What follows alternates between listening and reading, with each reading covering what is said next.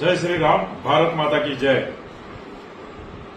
જે જમ્મુ કાશ્મીરમાં પહેલગામમાં જે 2 દિવસ પહેલા ઘટના ઘટી, એ ઘટના હિન્દુ સમાજ માટે કલંકિત છે।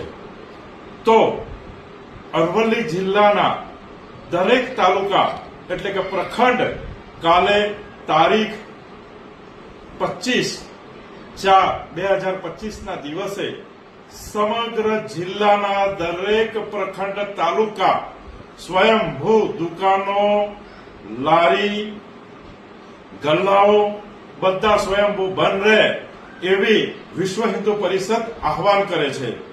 અને જે પણ હિન્દુ હશે એ સ્વયંભૂ દુકાનો બંધ કરશે, અને જે દુકાનો બંધ નહીં કરે એ સમજી લેવાનું કે એ કોણ છે। ભારત માતા કી જય, વંદે માતરમ, જય શ્રી રામ।